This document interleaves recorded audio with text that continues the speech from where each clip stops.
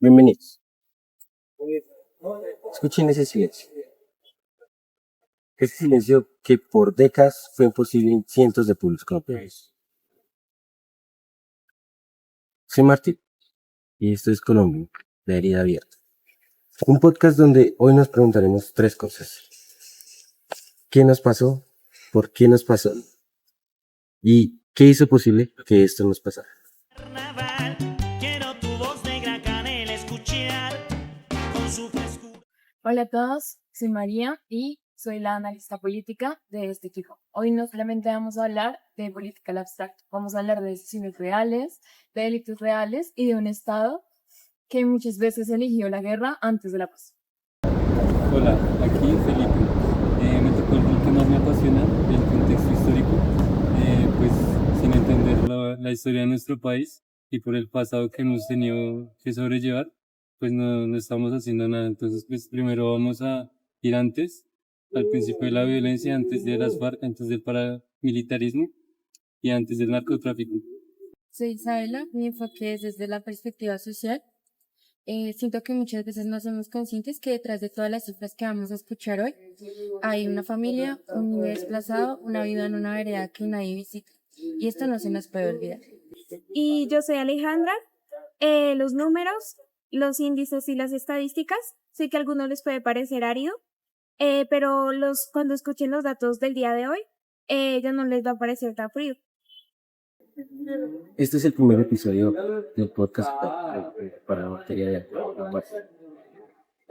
donde nuestro objetivo es comprender el conflicto armado, sus consecuencias, causas y todo lo que hizo posible para que este fuera más tarde. Natural, te quiero pregonando un bebé. Para entender el conflicto armado en Colombia, vamos a remontarnos al 9 de abril de 1948, en el cual fue la muerte del líder político liberal y candidato a la presidencia, Jorge Eliezer Gaitán. Su muerte desató una ola de violencia conocida como el Bogotazo, que empezó pues en Bogotá, pero que se fue incendiando por todo el país y se fue extendiendo por toda la nación. Lo que vino después fue el periodo conocido como la violencia, desde 1948 hasta 1958, una guerra entre bipartidistas, liberales y conservadores que dejó entre 200.000 y 300.000 muertes. No fue solamente una guerra de ideas, fue una guerra de odios ya heredados en los que se peleaban por un color, familias masacradas completamente por pensar o votar de una manera diferente. Y aquí es donde aparece un patrón que se va a repetir durante toda la historia. Básicamente, el Estado colombiano lo que hacía es que respondía a esta crisis no con una reforma social, sino con un pacto entre élites. En 1958, los liberales y conservadores firmaron el Frente Nacional. Acá se turnaban la presidencia cada 4 años y se repartían los cargos, que fue pues una solución política perfecta para las élites. Para la mayoría empobrecida, pues absolutamente nada cambió. Y esto es clave desde lo social. El Frente Nacional cerró el sistema político. Si eras de izquierda, si eras un campesino que quería tierras, si eras un obrero sindicalizado que reclamaba por sus derechos, no tenías representación, eras totalmente excluido. Entonces, pues en este contexto de la exclusión política y la miseria, pues nacen las guerrillas. Las FARC fue la primera de ellas, las Fuerzas Armadas Revolucionarias de Colombia. Surgen formalmente en el año 1964 en Marquetalia, Tolima. Ellos son campesinos comunistas que llevaban años siendo bombardeados y desplazados por el ejército, fundadas por su líder Manuel Marulanda Tiro Fijo. Funda una organización que ya tiene una duración de más de 60 años, o tuvo una duración en su tiempo de más de 60 años, en donde todavía estarían armados. Ese mismo año, en 1964, surgiría el ELN, el Ejército de Liberación Nacional, con una influencia un poco más urbana y universitaria, inspirados por la Revolución Cubana. Entre sus fundadores estuvo Camilo Torres, quien sería asesinado 2 años después, y en 1967 aparecería el EPL de orientación más maoísta. Y pues acá lo importante es entender la ideología, pues inicial. Eran movimientos de liberación con una ideología y un discurso de justicia social, reforma agraria, pues redistribución de tierras. No nacieron como organizaciones del narcotráfico, como pues surgió décadas después. Bueno, dando un poco como de contexto también, hay que decir que las FARC al comienzo realmente no tenía tantos combatientes. Y ya llegamos pues a la década de los 90, que fue cuando tuvo como su gran expansión, lo cual permitió que tuvieran entre 18.000, 20.000 miembros, ya sean pues mujeres y hombres en armas, y pues también tenían como control, digamos, más o menos entre 600 municipios, aparte de eso controlaban las rutas de narcotráfico, lo cual pues les permitía tener, bueno, como tal ganar cientos de miles de dólares. Eh, Antes de pasar al siguiente bloque, me surge una pregunta, Felipe. Eh, ¿Estas FARC y estas guerrillas tuvieron algún apoyo popular? ¿El pueblo las apoyaba o de dónde salieron tantos combatientes después de todo? Claro, Martín, esa es una pregunta muy importante y si vamos atrás, lo que nos han dicho ellas es muy clave, muy importante para entenderlo. Al principio las FARC nacen como un nuevo estado para esos lugares donde no existía uno, donde no habían vías públicas, donde no había salud, donde había pobreza extrema, donde no había educación siquiera. Entonces las FARC pues sí tenían una legitimidad en donde se organizaban por la gente. Entonces, pues ellos cobraban impuestos, pero tenían la capacidad de resolver conflictos. Claramente esto empieza a cambiar cuando nace el narcotráfico y nace la parapolítica. No quiero velas, no quiero un sermón. Oye bien, quiero la voz de... Colombia tiene una de las distribuciones de tierras más desiguales en el mundo. El coeficiente de Gini llegó a estar en 0.89 en algunos momentos, siendo 1 la desigualdad perfecta. El 1% de los propietarios posee más del 80% de las tierras productivas. Esto no es un simple número más o una cifra fría, es una herida abierta en el tejido social. La guerrilla se aprovechó de estas injusticias, ya que cualquier familia desplazada, cualquier campesino sin tierras era un posible combatiente o colaborador. La reforma propuesta en los años 60 nunca fue como implementada de manera real. Colombia prefirió mantener el statu quo a costa de generaciones de violencia. En los años 70 y 80, el narcotráfico pues pasa a un actor transformador del conflicto. Primero pues la marihuana, la cocaína, luego los carteles de Medellín y Cali que empiezan a tomar muchas fuerzas y se convierten en un poder paralelo al Estado. Y luego pues tenemos a Pablo Emilio Escobar Gaviria que pues llegó a ser el séptimo hombre más rico del mundo mientras financiaba pues el terrorismo. Las guerrillas, especialmente las FARC, empiezan cobrando un gramaje, que pues esto es como el impuesto de los narcotraficantes para operar en sus zonas. Con el tiempo esto se va a convertir en ellas mismas como actores del narcotráfico. Esto transforma su naturaleza, porque pues entonces pasan de ser un movimiento político a una organización que mezcla pues una ideología con una economía criminal. Bueno, pues para los años 90, pues Colombia producía el 80% de la cocaína mundial. Las FARC controlaban zonas de cultivo de coca en el sur del país, como lo son en lugares como Putumayo, Caquetá, Guaviare, lo cual generaba ganancias más o menos de 300 o 500 millones de dólares anuales, y este dinero lo que permitía era que se siguieran expandiendo, que siguieran reclutando y pues que se siguieran armando.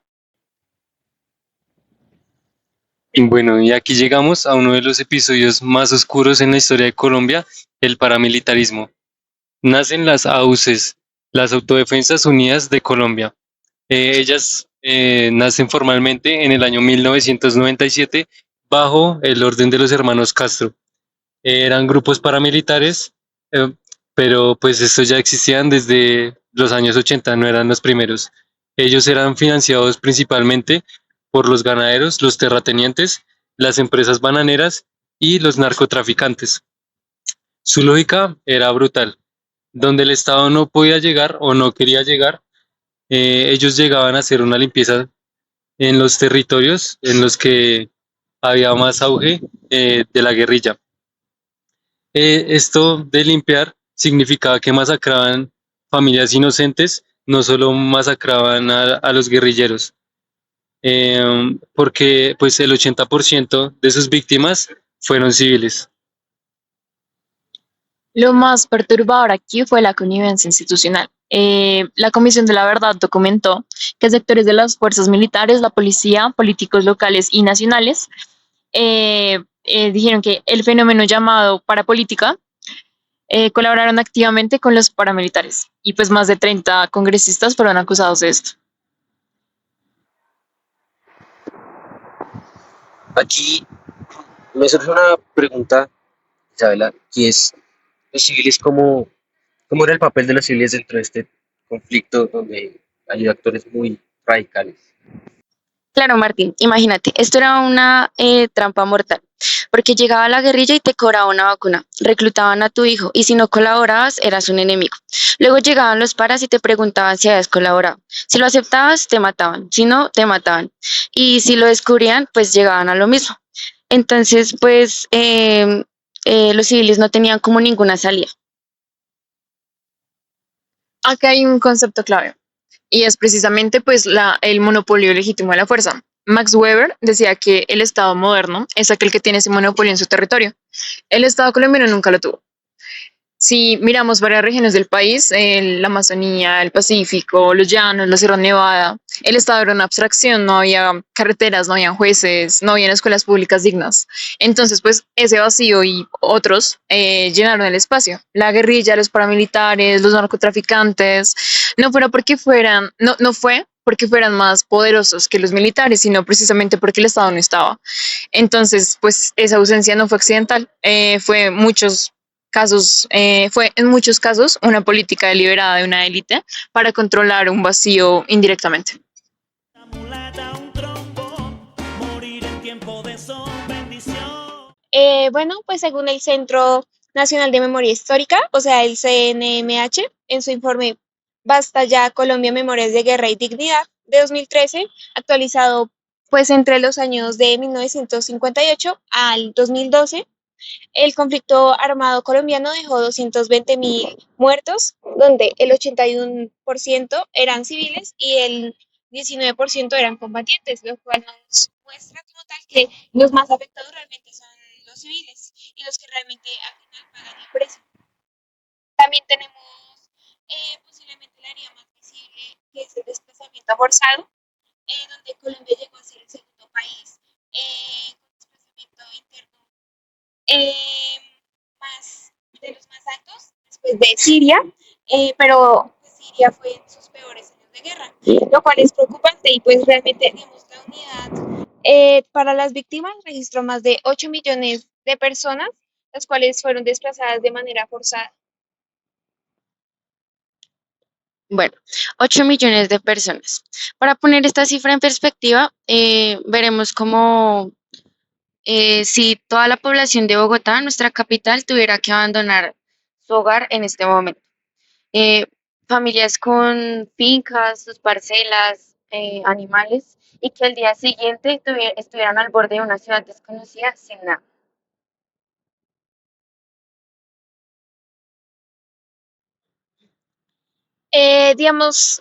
Hablando de las masacres, digamos, el mismo documento nos habla también de que hubieron 1982 masacres entre 1980 y el 2012.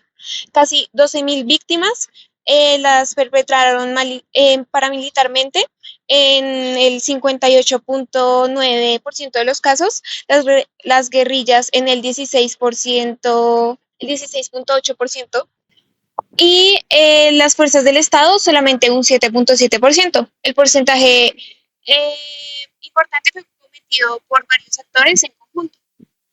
Y otros indicadores, pues igualmente importantes y que son bastante impactantes, y es que más o menos 27.000 casos de desaparición forzada se presentaron, donde más de 25.000, también más de 25.000 víctimas de minas antipersonas. Y Colombia en una época, de hecho, fue uno de los países con más accidentes de minas en todo el mundo. También tenemos el hecho de que más de 17.000 casos se presentaron de reclutamiento de personas pues menores de edad, o sea, niños soldados literalmente. Hay una cifra que me impacta bastante sobre el documento que mencionas y es el secuestro. Ok, pues enfocándonos, digamos, en el secuestro, entre 1970 y el 2010, documentados, hay más o menos 27.000 secuestros. Digamos que en este momento, en esta época, esta práctica era de las más intensas en el mundo en general. Y pues digamos que las FARC, el ELN, incluso grupos delincuenciales comunes, pues familias enteras destruidas, el secuestro de Ingrid Betancourt, que duró más o menos como 6 años y que de hecho fue televisado y todo mundialmente, y ese es uno de los muchos casos que en realidad tuvieron.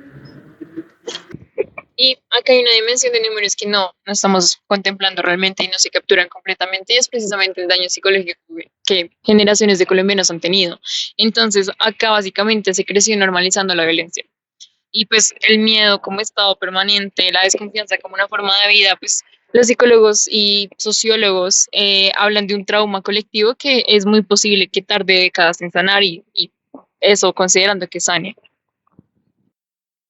Bueno, me gustaría mencionar algo más específicamente sobre las mujeres, ya que la Comisión de la Verdad documentó que la violencia sexual fue empleada como un arma de guerra sistemática. Cabe recalcar que fue por todos los actores del conflicto. Y la violación fue usada como castigo, como demostración de poder, como una forma como de aterrorizar a las comunidades. Y pues decenas de miles de mujeres sobrevivientes cargan como con este trauma en silencio.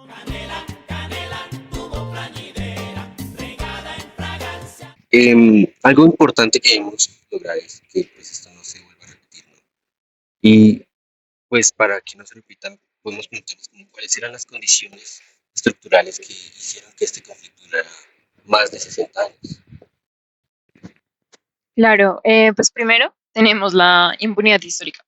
Colombia es un país en donde los crímenes graves, los crímenes de élite, los crímenes de Estado raramente se juzgan. Entonces, la Corte Institucional, la Fiscalía, la Procuraduría, pues existían, pero realmente era en papel. Acá lo que vamos a ver es que la impunidad real era la norma. Entonces, cuando los responsables no pagan por sus crímenes, pues los crímenes se van a seguir repitiendo. Segundo, las economías de guerra, el conflicto armado en Colombia se convirtió más en un negocio rentable para los múltiples actores, los cuales ya hemos mencionado, el narcotráfico, los paramilitares, la guerrilla, haciendo secuestros, extorsionando a las personas, haciendo minería ilegal. Entonces eh, estas personas, incluso para ciertos políticos, también pues les convenía más votos, poder territorial sobre las personas, y cuando pues hay guerra se convierte en un negocio. Por eso a ellos no les convenía que parara, sino mantenerlo por toda la fraternidad. Bueno, ahora la geografía y la fragmentación territorial. Colombia tiene una geografía que históricamente ha dificultado la integración nacional. Vemos que la cordillera de los Andes divide el país, la Amazonía es inaccesible y el Pacífico fue ignorado por sí. Esta fragmentación creó como Colombias paralelas, una Colombia integrada y urbana y decenas de Colombias marginales donde el Estado nunca llegó. Pues también por cuarto punto tenemos la debilidad institucional crónica, ya que los índices de fragilidad estatal sitúan a Colombia en una situación bastante preocupante. El índice de derecho del World Justice Project, los índices de corrupción de Transparencia Internacional, los rankings de efectividad gubernamental del Banco Mundial, entre otros, entre todos ellos, por decirlo así, Colombia muestra décadas de instituciones débiles, cooptadas y capturadas por bienes privados. Y yo creo que acá realmente lo más incómodo de todo es precisamente la polarización y la intolerancia de la política. Básicamente Colombia tuvo periodos en el que era completamente imposible un espacio para el disenso. Entonces, la Unión Patriótica, el partido político surgido pues, de acuerdos de paz con las FARC en 1985, fue exterminado. Entre 1984 y 2002 asesinaron a más de 3.000 de sus militantes, incluyendo dos candidatos presidenciales. Cuando el camino de la política se cierra con balas, entonces queda solamente el camino de las armas. Pues aquí está como el punto máximo, ¿no? El hecho de que esa percepción que se le hizo de la Unión Patriótica y pues después de la Unión Patriótica intentó llevar todo por la política y la paz. Fueron perseguidos, ¿no? Y pues eso es también como lo que hace que estos diálogos de los acuerdos de paz del 2016 fueran tan difíciles. Fue casi muy imposible llegar a ellos. Y bueno, llegamos al fin de este podcast. Pues han hecho un trabajo increíble. Quisiera también como hacer una síntesis de todo. Y pues, ¿qué nos pasó? O sea, tenemos un conflicto armado con guerrillas de izquierda, paramilitares de derecha, narcotráfico, un Estado que tardó décadas en reaccionar, 8 millones de desplazados, 220.000 muertos y pues un tejido social completamente dañado y rodeado. Para responder el por qué nos pasó, pues básicamente es una combinación de demasiadas cosas, ¿no? Tenemos desigualdad estructural en la distribución de las tierras, explosión política sistemática, tenemos un narcotráfico que financió muchas de estas cosas y muchos actores armados y pues un Estado que fue incapaz o sencillamente no quiso cumplir pues la función básica en muchas regiones de pues este territorio. Bueno, pues, ¿qué hizo posible que esto pasara? Pues la impunidad. Colombia es un país que a lo largo de su historia no ha tenido memoria. Entonces, pues, como dice la frase, estamos condenados a repetir todos los días el mismo fracaso. Cuando tenemos impunidad por el narcotráfico, por las economías de guerra, las volvemos rentables nosotros mismos. La fragmentación territorial de cada uno de nuestros departamentos, pues también es importante porque nos separamos como país y no buscamos un norte unidos. Las instituciones débiles, que para mí no son débiles, para mí se han lucrado siempre de las guerras, como lo venimos comentando, pues siempre se benefician de ellas. Bueno, yo quiero cerrar con algo personal. Cuando estudiamos las cifras, cuando leemos los reportes del CNMH, del CICR y de la Comisión de la Verdad, corremos el riesgo de volvernos insensibles. Vemos 220.000 muertos como una cifra. Así que les pido que cada vez que lean o escuchen acerca de una cifra del conflicto armado, piensen en una persona con historia y que tenía honor. Pues a mí me gustaría agregar también que realmente esto no es algo como del pasado y ya, sino que pues es un conflicto que se sigue transformando. Hay zonas de Colombia que pues todavía hay presencia de disidencias, del ELN, de organizaciones criminales, los líderes sociales pues se siguen muriendo, más de 1.300 entre 2016 y 23 y según el INDEPAZ, la paz total como proyecto político enfrenta pues enormes desafíos y pues no es algo como que los datos mienten, sino que es algo que todavía se sigue presentando. Para profundizar en los temas que tratamos el día de hoy, les quiero recomendar dos documentales. Uno es El silencio de los fusiles, está disponible en YouTube y trata sobre los acuerdos de paz de 2016. Y el segundo documental es Rostros de Paz. Este ya es más sobre las historias detrás de todo el conflicto que estuvo presente por toda esta época. En el próximo episodio vamos a hablar sobre los procesos de paz de La Habana, el acuerdo final a este conflicto de 60 años que vamos a ver cómo se ha venido implementando y pues también lo importante es, uno es entender qué ha pasado y también cómo podemos hacer para que no se repita. Muchas gracias por vernos. Recuerden que esto es Colombia, la área abierta, un podcast para la memoria, la reflexión y la transformación. El bullicio, el bardo y el son serán mi dulce oración, cosa buena.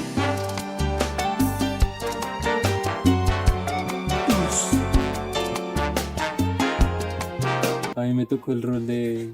Ah, fue puta, Sí, porque si no se te escucha. Pero yo creo que Betancourt, por ejemplo. También está que duró 6 años y fue televisión. Compra la vacuna y recluta a tu hijo de cartón.